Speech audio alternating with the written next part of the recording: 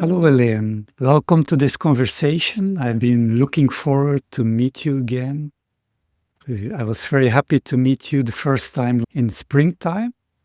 We had a few days together and it was a wonderful exchange to have you here in Fukuoka. So I have been looking forward to continue our meeting, and I'm very curious to know how you came to Shiatsu. Okay. Well, I'm really so pleased to be here as well, Philippe. It is lovely to reconnect with you after that wonderful experience that I had in Japan in the spring. And yeah, so how I got into Shiatsu. As a child, I'd always liked things East Asian. It seemed very interesting. When I finished school and university, I was a language graduate, and I started working for an international news agency. And it seemed to make sense to me that I should have some kind of martial art because I was likely to be posted abroad. And I had once had an experience of somebody trying to jump out at me on a dark night. So I looked at different martial arts and I chose Aikido. Aikido, so the way of the harmony of ki. And it seemed to make sense to me that, somebody's trying to throw a punch at you. Well, you don't block it. You just jump aside and grab his hand and go, whee! And for me, as a small-ish, light woman, that made sense. And so I was really lucky. I was in London, and my sensei was a lovely older gentleman who had spent a long time in Japan, even though he was from London. And one night on the mat, I got knocked out. I was unconscious.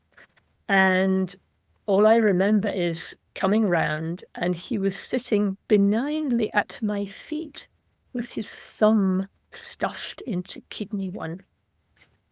And so afterwards, when I kind of got up and shook my head, I said, "Well, Sensei, what was this?" And he said, "Shiatsu." So, and at that point, that was interesting because at that phase in my life, I'd also been going through a lot of difficult stuff. After a while, I had left my very good potential job, and I was working as a freelance journalist, and I got very hungry. So I got a bit depressed, and I started getting really frightful migraine. And I went to visit a friend, and she wasn't in, so I went to the local health food shop, and there was a poster in the window that said, "Do you feel tight or loose?" And I thought, well, that really explains me a lot of the time. Tight. And then I get a headache, and then I'm very loose. And so I went to this series of talks, and it was about macrobiotic diet. So it was in the late 70s, early 80s in London, where macrobiotics was the in thing kind of. And they said to me, "Oh, you should try shiatsu. It would be really good for your headaches." And when Sensei talked about shiatsu as well, I thought, all roads lead to Rome. And so I did a bit of looking up in London, and I found the East-West Centre. And I went and I did a weekend with John Soundiffer. And at the end of that weekend, it was just, I can do this. It was completely unlike anything I had ever done before. I was was I an intellectual person? I don't know. But, I liked dance, I liked horse riding, I liked walking in the countryside. But this doing something with my hands and not with my head, this was really different. And it was just like, I can do this. And so I decided then that since I was at a crossroads in my life anyway, of course, there's no anyway, it's all synchronicity. But then I said, yeah, okay, now I'm going to do this. So I signed up for the Kushi Institute at the East-West Centre, I did 2 levels of that. I wasn't so interested in the cooking. It was all a bit dogmatic. You have to eat brown rice, which I have to say I love, and I still do. And if I'm ill, we go back to macrobiotics. But the shiatsu just fascinated me, just fascinated. But at the time, there were no kind of training courses. There was nothing structured.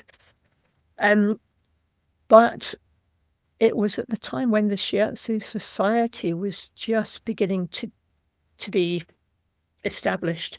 And my teacher, John Sandifer, went to the very first meeting, and all the big teachers like Carol of Eresford-Kirk and Bill Palmer and Merle Goering and everybody else, and probably forgotten other people, but they were there, and I wasn't. But they said, well, we need somebody to do the admin. And John Sandifer said, oh, I've got a really keen student. I'll ask her. And so that was how I got involved in the Shiatsu Society.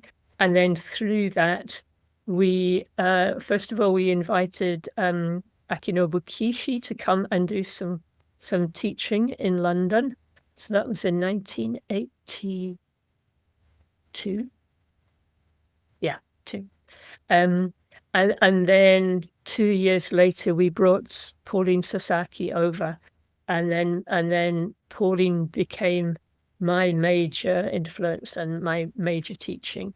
But I've also studied with as many other shiatsu teachers as I could. So when my husband John, when we got married, we cut short our honeymoon in order to do a weekend workshop with Shizuku Yamamoto, barefoot shiatsu. So, yeah, and anytime anybody came to Britain and I could go within the limits of family and responsibilities, I went. So I did a 5-day course with Ohashi when they brought him over years later. I did a weekend with Pierre Claveau, and not as many other people. So I was kind of finding my own little way. That's how I got into shiatsu. You could say it was through my own illness, which for a lot of us is the case. Yeah, I think so. That's for many of us, it's a way into this work. So yeah, you have been involved a long time with the society. I think I remember right. Yeah, for the first 10 years, I was very involved. I was the secretary, they said, the secretary, which basically meant that I kept the membership up to date, but I also wrote what we call the newsletter, which is now the Shiatsu Journal, which you're probably very familiar with. I hope that they send you copies of it. I know you've written beautiful articles for it. But to begin with, the newsletter was just a sheet of A4 paper folded over. And after the first 2, we had somebody who was a professional printer, and he did wonderful, wonderful copies of it. And then after that, it was on my manual typewriter, because this is a long time ago, before everybody had computers and before the internet was. And so, yeah, we had the newsletter. We brought people over. We did things like organized insurance for practitioners. And then we started to look at the standards of practice. And, people were asking, where can I find a practitioner? And so we said, okay, well, we'll make a list. And then very soon after making the list, we thought, hang on a minute, how do we know? Well, to begin with, everybody knew everybody else. And so the standard was, well, if 2 teachers recommended you, you went on the list. And then once people started teaching more structured courses, it was like, well, hang on, these people are just recommending absolutely all of their students, but we don't know what their standards. And it was at that point that we started to look at a baseline curriculum, now called the core curriculum, and what people were expected to know, and all of this kind of stuff. Yeah. So I was really involved in that for 10 years, and then it got to the stage where I cannot do this, because I wasn't being paid. I did it all for free, and I was bringing up a family, and I was running my own shiatsu school, and I thought, do you know what? I'm just a little person. I need to give it away to other people, and so I gave it away. And then, so the Shiatsu Society was still part of my life. I was on the education committee, and then in 2018, when there had been a big financial crisis, let us say, they had talked about actually closing the society, and a lot of those of us who had been around a long time did a collective, no, can't do this, and so I stepped back up onto the board, even though my children told me very firmly I was not to do so. I did, and so when I came to see you earlier on this year, it was just like months after I had stepped off the board, and I hadn't realized at the time just how exhausted I was, because being, that 6 years was building the society back up from, the brink of failing. And it's often what I call the iceberg phenomenon.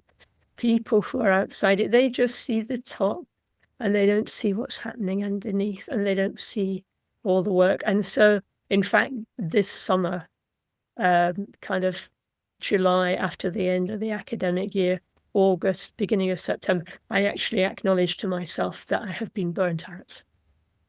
I've been burnt out. So, but it's like you always say to the students, in order to go up, you have to bend your knees to go down. So I've been spending my summer resting and doing nice things, playing in the garden,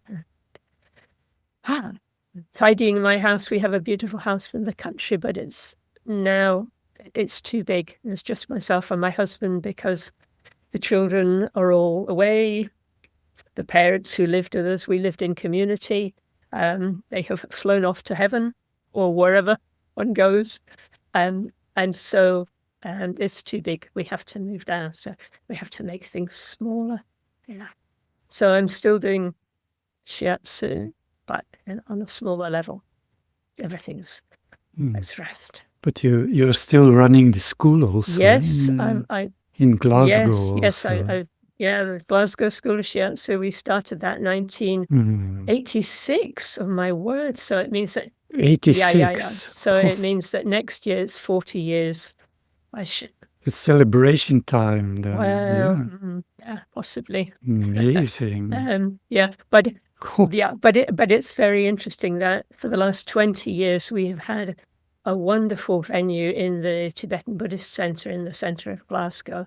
And we've been very stable there, and they have a big cupboard so I could keep all my futons and all the cushions and everything, like body cushions. But now they have just bought a beautiful house in the country, which is going to be their Dharma centre, but it's probably too far out. So we have to find a new home for the school. And the universe also gives gifts, because at the same time, for last year and the year before, we didn't have enough committed students to carry on into a second and third year. So this year, at the moment, I have 7 very beautiful, really strong new students at foundation level. And then I have a group of what I call my nearly graduates, which are those who have finished the course and they are just handing in their homework or waiting for me to mark it, or handing in coursework, their case studies, their ethics worksheets, their things. And so in a sense, the universe has sent me a bit of a pause and a bit of a rest anyway, which that is really nice, because it means that I have a chance to reappraise how I teach and what I teach and how the school teaches. I've got 2 young assistant, well, one's now fully qualified, the other one. I had another very experienced teacher and she has just left. So there's really a kind of opening. And where in the past it would have been, well, we need to organize this, or we need to set this out, or we need to get this done. It's just like, oh no, let's just rest and see what happens. And that whole kind of yin, quiet, introspective, I think is something that I really, really got from you, Philippe, when I was in Japan. I was just so Okay. I was, you had talked about how you are and how you go off, but you like to be really quiet, and how you could have been a monk. And I thought, oh yeah, I could see that, because a long, long time ago I had said to myself, if I had been born 200 years ago, I would have probably been in some kind of a spiritual aspect, either in the church, or else I would have been being burnt at the stake as a witch.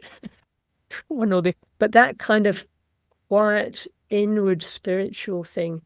And because of the way my life has been, running the society, running the school, running a family, I have a son who is a very talented sportsman. So he was competing internationally at one point. So, I take my hats off to all the parents of Olympians, because when you have to get up at 5 o'clock in the morning to get a child to the swimming pool, or to get them to their, whichever, he was in a multidiscipline thing. So I was doing so many things, very, very young, busy. Where have we got to be? Have we cooked enough food? We got to get 500 calories into the body. And it was just like that whole yin thing was just, it was there in the morning when I did my little meditation and my stretching, but otherwise it was just like, okay, off we go. And so when I spent those 6 days with you, Philippe, it was just like, oh, here is this strong yin energy, calm and quiet. And I have this written on my office: calm and quiet and content. Yeah, it's very much in the culture here also. And I see it reflected in the people here Very much. in Japan. Because before I came here, I was also very, very busy. So I was running my practice during the week, giving treatments to people who came and see me. And during the weekends, every weekend I was teaching Shiatsu. And we are in this continuum, and it's nice to be in it. Yeah. But Japan has given me more time now. So Yeah. I just teach autumn and spring classes. It's good. And the rest of the time is being with nature, being in the culture here, discovering new things, and writing. It's a big gift, and it's different phases in life. I think it's good to follow those different phases that we have in our life. Indeed. Like you have now the opportunity with the autumn to go inwards. And absolutely. Yeah. And also this kind of quiet acceptance of different phases in life. And this again was something that kind of came to me while I was in Japan. I did a lot of walking, and I ended up with a very sore foot. And at one point I was in Kyoto, in the Silver Pavilion, which has got very steep steps, and my foot was really sore. And there were lots of tourists. And I thought, you know what? I'm nearly an old woman. I'm going to hold onto the handrail, and I'm going to go slowly, and they may have to wait, and they will just have to wait. And I really started to embrace my old age. What I later discovered was actually I had broken a bone in my foot. That's okay. I sussed out that if I walked with my foot absolutely straight and thought about having kidney one firmly on the ground, it was not so painful. So there we go. But I didn't discover that until I got home, and 3 or 4 weeks later when it wasn't getting better. Yeah. But yes, embrace old age and the calm and quiet. Yeah, but when I see you performing shiatsu, I see that there is still a lot of strength and a lot of focus in it. I can see that you have a long career in our profession. Yeah. That's very visible. Yeah, it's that kind of quiet coming inwards and really knowing profoundly what you do, and therefore you're at that wonderful stage of almost not having to think about it. The kind of 4 stages of learning. You're unconscious and incompetent, and then you become conscious but incompetent. And then you try very hard and you get to the next phase, which is I'm conscious and I know I'm doing it right. So I'm conscious.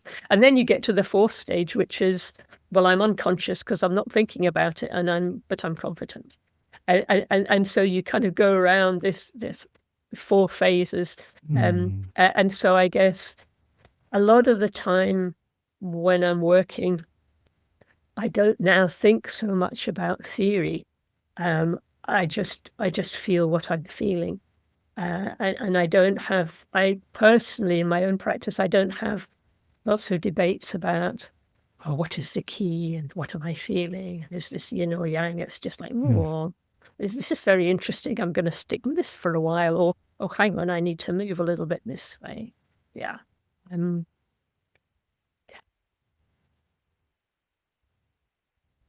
You're still curious and discovering new things. Huh? Absolutely. Absolutely. Yes. Yeah. And I think you have to be curious and you have to continue to learn things. And I've been a shiatsu teacher pretty much all of my career. And I think if you're a teacher, you cannot teach effectively if you think you know it all and you're not willing to learn. You have to be willing to learn. So, this year, but I did, wonderful, wonderful learning from you. I'm naughty. I haven't done my homework, Philippe. I haven't been going.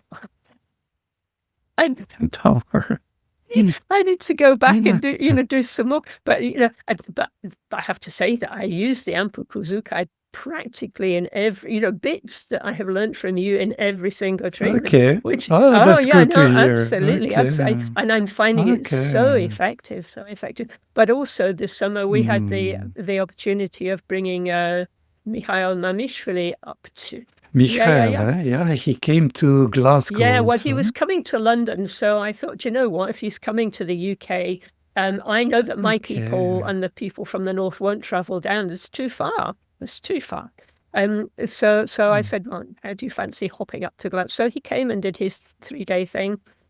And so in the same way that I've only actually done his whole protocol once, and that was the beginning of this week. But I've taken little bits and I've used them, and I've listened to his theoretical framework, because I find people's theory and their framework and what they think they're doing when they're doing shiatsu, I find that really interesting. That was often a question that Pauline Sasaki would ask us at the beginning of a workshop. What do you think you're doing when you're doing shiatsu? It's just like, actually, what do I think I'm doing? Sure, I have to think about this. And then your ideas change. But you learn and you have to stay curious, because then you get another useful tool for the toolkit, or another explanation. Oh, that's why that happened. Oh, fancy that. It's a fascinating job you have, because the body is so rich, there's so much to discover. Absolutely. And even in the field of shiatsu and all the other bodywork modalities that exist. Yes. It's fascinating. It is. And looking at that interface between different aspects of, the physical, the emotional, the psychological. And I went through one phase, I'm not doing it at the moment, but I went through a phase where I was doing a lot of shiatsu on horses, because we had both of the children were really interested in riding, and as a little girl I'd always been fascinated, but we couldn't afford ponies. My parents didn't have that much money, and so finally, when we had a little bit of space and a bit of land, we bought a pony, and so it just made sense. It's just like, well, I shiatsu my mum and my husband and my kids, so I'll try shiatsuing this horse that's got a sore paw. And that was really interesting. And I did a bit of training with Pamela Hannay before she died, and then I went on to do that. And that's really interesting because you can't say to the horse, "Excuse me, which bit of your leg is sore?" Or that bit in your back, is that actually coming from your neck? No, you have to just look and observe and feel and suss it out. And so that's really interesting. And at that phase, it was also when my son was very little, and poor boy, he had colic, and he can't tell you where it was, and so I was having to key into the key all the time. And I was also doing a project where I was working with young adults with severe learning difficulties, most of whom did not communicate at all. They had no speech. And so I had to really, really read the key and suss out, well, where do I need to put my hand? And so playing with that idea of listening to what my intuition, if you like, my body is telling me, and then having the theoretical framework to say, okay, well, that fits in with that meridian, and that kind of makes sense. So I'll go hunting here, because for me, that's what the meridian system is so useful for. It's like you talk to people, or you intuit and you listen, and then you get an idea, well, it might be this. I'll try having a look in the area of the spleen meridian, because that might resonate, because the theory tells me that might. And then you hunt and you go, well, it's not in this bit, it's not there. Oh, it's down in here. So, yeah. So that interplay between theory and practice is fascinating. Yeah. We need more years. Somehow I feel, okay, getting older, I want to explore so much more somehow. Absolutely. Yeah. Yes. And I find it fascinating to meet also young practitioners, because they keep our work alive somehow, and fascinating to pass on the knowledge and or experience. Yes. To them. Absolutely. Yeah, because they have that lightness and their own interpretation, and they bring their own life experience and their own view, and so that also challenges us to expand how we feel about things. Yeah, so I have one of my my young teachers comes from a point of view of having a particular neurodivergent view of the world, and so their way of teaching brings all of that aspect in, and has really challenged me and opened me up to, well, maybe I should expand the way that I teach, because I tend to teach in a fairly, I should say, a linear way, but now I'm in danger of saying something politically incorrect, which is always the problem. But it's just like, we have to try and encompass everything, because life in Ki is a rainbow.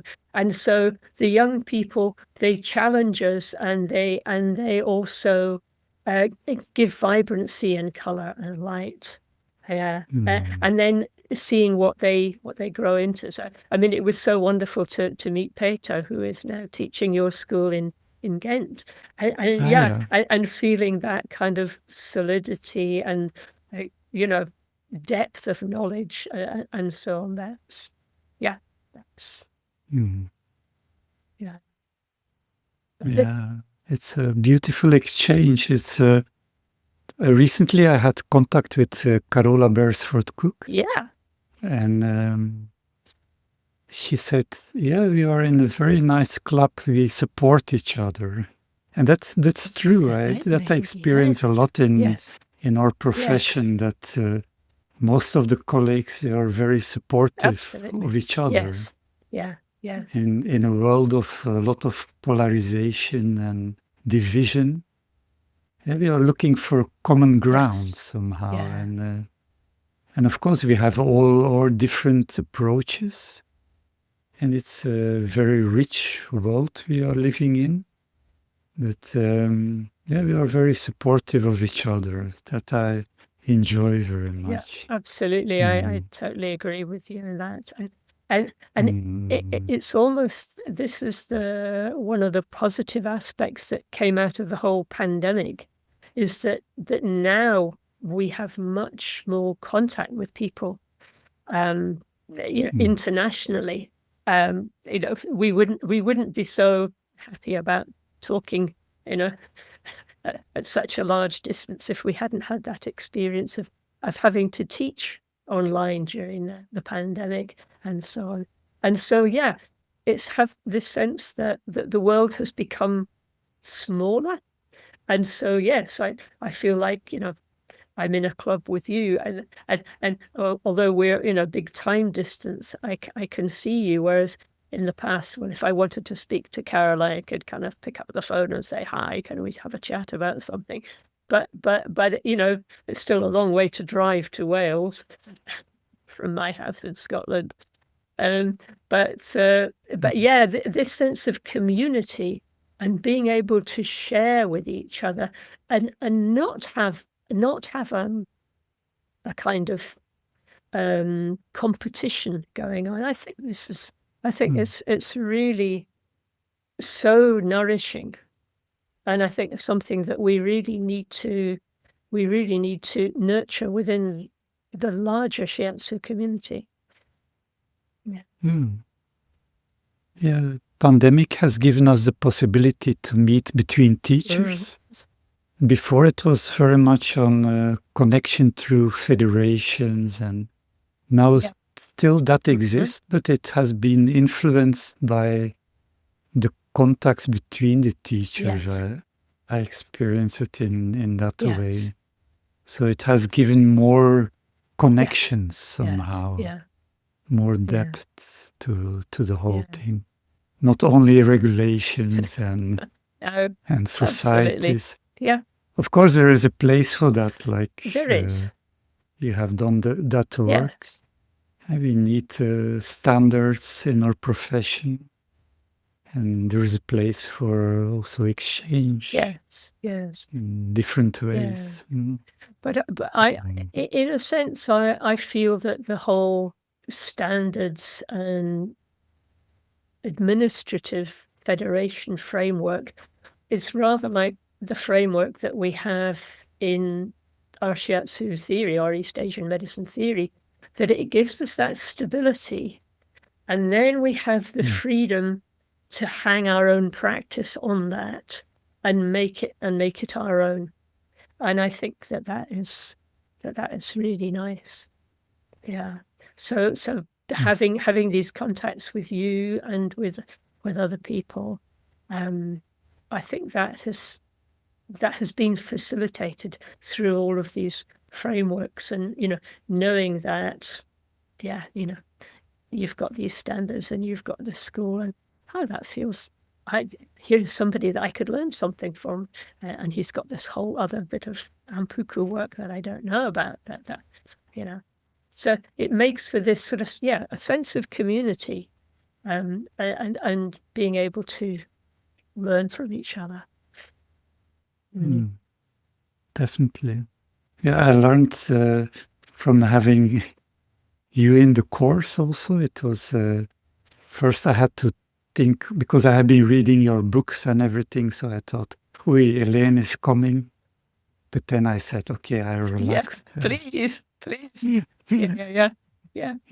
And but it helped because you could bring your perspective, and some of the questions that you brought forward helped me to think also about different aspects of our work also. Because sometimes when we write a book, like in the foreword of my book, I encourage the people to write to me and to come with questions, but hardly ever anyone contacts me. And that I was reading, I think it was Wilfried Rappenegger who said that he expected that people would challenge his meridian book that he wrote, but hardly he heard of, hardly anyone contacted him. And I have the same thing. So meeting each other physically and having each other in each other's courses helps us to think also. And I welcome also if people have different way of looking at it, or if something I say is my way of seeing things, or is this oversimplification of things? Yeah. I remember when we talked about Kyo and Jitsu, and then that's a very interesting discussion. And I have been reading also in the Shiatsu journal about Kyo and Jitsu, and people have different opinions, and that's very helpful to have also discussions. Sometimes I find there is a little bit, maybe not in the UK, but in Belgium, we tend to have too little discussions about, okay, how do you see it? How do you think about it? And without staying in one's own little corner and saying, no, it should be like this. We can learn from each other. Yeah, absolutely. I mean, that's the kind of thing that I would love to have more discussion about.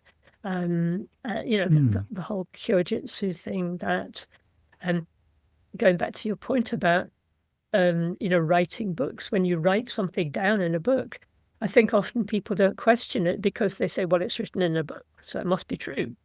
And how could I possibly, question Wilfried Rappenegger about, because he is, so very experienced and everything else.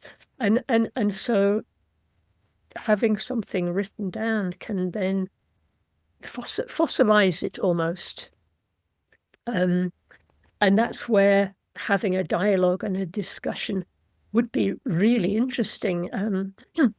I was listening to what they're going to do at the Congress in Italy next year, and I thought, I wonder how much opportunity there will be there to have a discussion about what you think Kyojitsu is, because sometimes I look at people, what they've written in books or what students have put in other schools' case studies, and I go, well, that's not the way that I understand it. I need to have a chat with your teacher. But then that's one of the advantages of the system that we have in this country for standards, is that every 3 years the schools put in evidence, homework about how we assess different things, and so you get to see how other people look at that. So, for example, this year, I'm in a group with 2 other schools, and we all practice Zen Shiatsu. And so I've looked at somebody's case study and thought, well, that's interesting, because that's not quite how I understand Jitsu. I'll have to speak with your teacher when I see them, or we're going to have a Zoom, in a few weeks. But it's, the whole dialogue about how we understand and how we think, what it is that I think I'm doing. I think the dialogue is what really keeps Shiatsu alive and developing. And that's one of the things that I really love about this, is the therapy, that it's always expanding.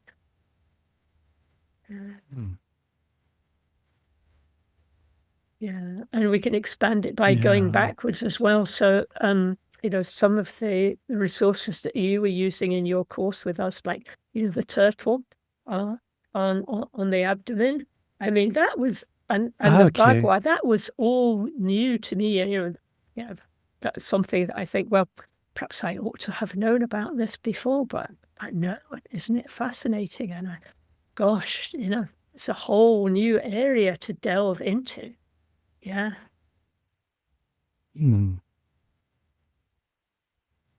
Yeah. And discussion is very, I think when our profession will become even more mature and established, then we really have to go and look. The same with translation also. So now we have done this work on the Ampukuzukai, the Amatebiki. But some professions have many translations of the same work. Because to be true, I mean, translating Japanese to English, it's an impossible task. Because there are so many ways we can interpret one thing. Also like Kyojitsu or Ki or all the terms we use in our profession. It's fascinating to deepen our knowledge and to go back to the classics and to question our translations also. Absolutely, yeah. I think that's, as a linguist, because my degree is in modern languages, that's something that that's something that I have always found absolutely fascinating is, the translation and then the interpretation of what you translate. And that, absolutely fascinating. Because in translation, you can nuance what perhaps the original person meant. And then, of course, with the classics, well, how do we know? So we just have our own modern interpretation. But yeah. So I'm very happy with the French translation of Dampukuzukai. So people did that, and the Italian. So then sometimes I put my translation next to their translation, and I look at the original also, and it helps. It helps to get a deeper understanding. Yeah. And every time I go back to those books, I learn new things. Of course. And then going to the teacher who shows the technique or working with technique, we discover sometimes new things. Absolutely. Also. Absolutely. And again, I had a wonderful example of that when I was in Japan, because before I came down to Fukuoka, I was in Tokyo, and I had emailed Haruhiko Masunaga to ask him if I could have a treatment. And then I saw on his website that he teaches Keiraku Taiso. So I said, well, can I come to one of your exercise classes? And he said, well, no, you can't do that, but I will be teaching the advanced students seated position. So I went and sat in on a class, and it was so interesting because it was great. He kept saying to me, but you need to relax your thumb. You need to relax. You're pushing. And I'm going, oh, and I spend all my time saying to my students, but you're pushing. You need to, and it was really great to go back to not quite the source, because of course he didn't study with his father, because, his father died quite, when he was quite young. But he says he remembers the feel, and so you can transfer. And so then going back to the feel and those very, those four kind of basic principles of Zen Shiatsu, and feeling that it was kind of like going back to the classic, and getting that translation of the classic. Very, very interesting. Very interesting. Yeah, he's a fascinating teacher, and he's very humble and great technique. Very nice to just see him work also. Indeed. Yeah. So he got from his father, but he also learned from the people who were working with his father. Yeah. So that's how he got the transmission. And he really is dedicated to the work of his father. Absolutely. He still reads the books of his father. And I was very lucky to have Hiroko studied a lot with him. Okay, And then great. we were lucky also he came also to Fukuoka. We did some courses here in the region. That would be really, really interesting. Yeah, I would certainly like to do more study with him. And of course, there are only really two of Masanaga's books that are translated into English, Zen Shiatsu and the Meridian Exercises.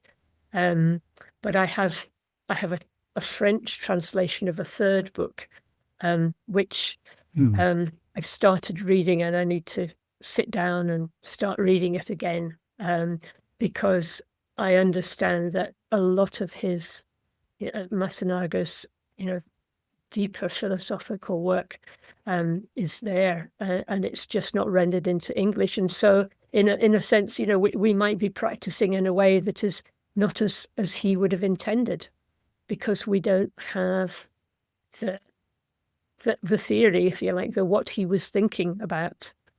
I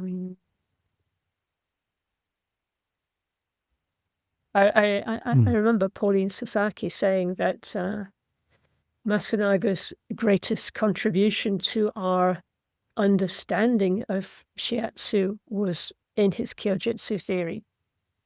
So it wasn't so much in his practice or using the extended meridian system, but it was more in his presentation of this theory of Kyojitsu, which is similar but different to the full and empty of traditional or classical Chinese medicine, and has more. Does it have more possibilities? I don't know. I often think that it does, but maybe it. Yeah. Interesting. Interesting. No, I very much like his book. I don't think it has been translated, but there he shows maps of different symptoms, like people with asthma, and then he shows the whole map of the front and the whole map of the back. So, and then you can see that he shows many more areas that can be affected in Kyo and Jitsu, or areas that you should pay attention to. So I hope someday someone translates that. Well, Hiroko has been translating it for me, so I'm lucky to have it. Not the whole book, but some of the symptoms I wanted to go delve deeper into. Okay, great. And someday I can share with the community that also. Sounds really interesting, Philippe. Sounds really interesting. Yeah. But I think now the Milano editor there, the people in Italy, they have published some books also. Yes. Some more books in English. I think you're right. They have got the 100 Tales of clients, which I don't have a copy of that. I need to acquire one, and they may have some other ones. Yeah. But translation, it's a very interesting subject. Yeah, interesting thing, because it opens so many possibilities. Yeah, it depends who translates very much. It's like I have so many translations of the I Ching and the Tao Te Ching. Yes. And when you put them next to each other, and you look at the original, and then they're all possible translations of the same thing, but it's at the moment beside my bed, I've got two translations of the Tao Te Ching. And I'm looking at it and thinking, well, that one resonates in that verse and it doesn't in that one, but I really like the way that has been expressed. And so it's just like, yeah, how does it reach you? How does it reach you? Yeah. So Elaine, I'm curious, what would you suggest to people who just start with Shiatsu, just start learning Shiatsu? What would you recommend them? I would recommend that they trust themselves, that they listen to their own body, that they listen to the classics and the theory in the sense of being aware of the lower dantian, the tanren, and getting into contact with that, because that is such a rich tool. I often say to my beginners, well, if you don't remember anything else, just remember that you've got a hara, and in the middle of that, there's this wonderful, vibrant ball of light that you can use in any situation, not just when you're giving shiatsu, but when you're walking the dog and trying to make the traffic lights green and, cooking your dinner.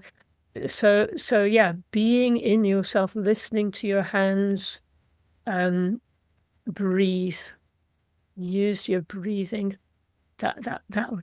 Those would be, and enjoy it. Don't think, I'm going to get it right, because there's nothing that kind of stops our ki so much as, I've wandered off the meridian. It's just like, well, but you wandered off onto something that you were feeling.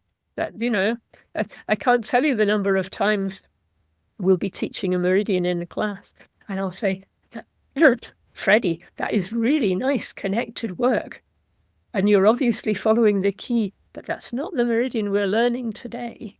Have a feel of this and have a feel of that. And so, you don't want to discourage anybody from feeling, but on the same token, it's just like, well, the maps are a good way. They're like a road. You don't have to stick to the road, especially once you've got you've got a tractor. You can go off road, but yeah, listen to your hands, listen to your body, breathe, be grounded, connect. And talking about the maps, I know some schools who use your book for the Zen meridians also. Well, that's nice. It's a good training tool to get meridians. Yeah, well, my colleague Vicky Smythe and I, we came up with this idea because we were teaching the extended meridian system, and of course, the classical meridians and acupuncture are very well documented. You can get umpteen different versions of that, but there was really only Masanaga's chart, which is wonderful, but it can look like the Paris Metro and the Tokyo Metro put together on a bad day, and the students go, can't do this. And so I asked Vicky if she would draw out each individual meridian, and it took us 10 years to do that, but because we had so many debates about, well, where exactly do you, the kidney goes along, where does it disappear for you and come out the other side? Does it go all the way? Masanaga says it goes all the way along, and then where do you feel it? And then halfway through that, we had Wilfried, who had his wonderful book, came in, and it was just like, oh no, somebody else has had the same idea. But it's not the same because he has got all of the meridians in, whereas ours is much more an interactive teaching tool because you have the option of colouring it in. And although it says on the front page, this is copyright and you may not photocopy it, I give everybody permission to photocopy a page and then you can colour it in several times. Don't tell Singing Dragon I said that. Yeah. But it is the same like with translation. It's good that there are several books because there are different interpretations. It's a yes, living system. yes, So, indeed. so And even, some people might say, well, that book isn't needed because we've got Masanaga's chart.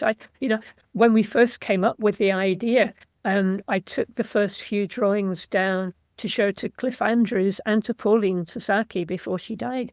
And Cliff said, well, that's great, but it's just, it's going to make it too... you've got Masanaga's chart as a start, and then you just feel it from there.